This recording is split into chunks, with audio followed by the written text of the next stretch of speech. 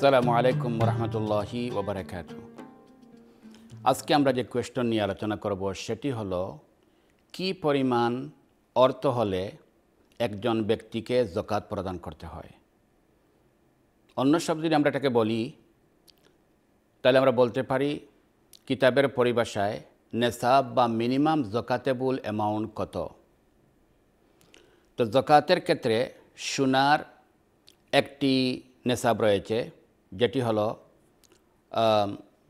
7.5 তোলা অর্থাৎ 87 গ্রাম, এবং রূপার ক্ষেত্রে হলো 52.5 তোলা বা 52.5 বড়ি, যেটা গ্রাম হিসাবে 612 গ্রাম। ক্যাশ পয়সার ক্ষেত্রেও কিন্তু নির্ভরযোগ্য উলামায়ে কেরামের মতে আপনাকে স্কেল ধরতে হবে রূপার নেসাবকে, অর্থাৎ 612 গ্রাম রূপা মানে সিলভারের, আপনার যে দেশেই থাকুন না কেন ওই দেশের কারেন্সি হিসাবে 612 গ্রাম সিলভারের যে পরিমাণ মূল্য হবে, এই পরিমাণ মূল্য আপনার কাছে হয়ে গেলেই, এই পরিমাণ অর্থ আপনার কাছে হয়ে গেলেই আপনার নেশাব পূর্ণ হয়ে গিয়েছে, অর্থাৎ আপনি যাকাতেবল অ্যামাউন্টের মালিক হয়ে গিয়েছেন। এবার 1 বছর পাস হওয়ার পরেও এই নেশাব অর্থাৎ যাকাতেবল অ্যামাউন্ট অর্থ যদি আপনার কাছে থাকে বা এর চেয়ে বেশি থাকে, তাহলে ওই পয়সার যাকাত আপনাকে দিতে হবে হিসাব করে। কি পরিমাণ দেবেন?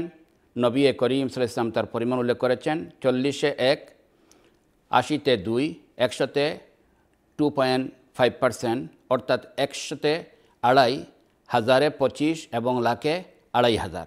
মনে করেন আপনি পাউন্ড হিসাবে 100 পাউন্ডে আপনি দিবেন 2.5 পাউন্ড, এবং 1000 পাউন্ডে দেবেন আপনি 25 পাউন্ড, এবং 1 লক্ষ পাউন্ডে আপনি দিবেন 2,500 পাউন্ড। এটাই হলো তার হিসাব। যদিও স্বর্ণে যদি আপনি হিসাবের হিসাব করেন তো টাকা হিসাবে কিন্তু 7.5 তোলা অর্থাৎ 87 গ্রাম স্বর্ণের মার্কেট মূল্য কিন্তু 4-5 হাজারের উপরে হয়ে যায়, যার অর্থ দাঁড়াবে যদি আপনি ওইটা স্কেল হিসাবে আপনি ইউজ করেন তাহলে আর নিচে যাদের পয়সা রয়েছে তাদেরকে যাকাত দিতে হবে না, এতে গরিবদের অনেক ক্ষতি হয়ে যায়। এজন্য নির্ভরযোগ্য উলামায়ে কেরাম অর্থর ক্ষেত্রে নেসাব হিসাবে রূপার যেটা আছে ওইটাকেই নেসাব হিসাবে উল্লেখ করেছেন।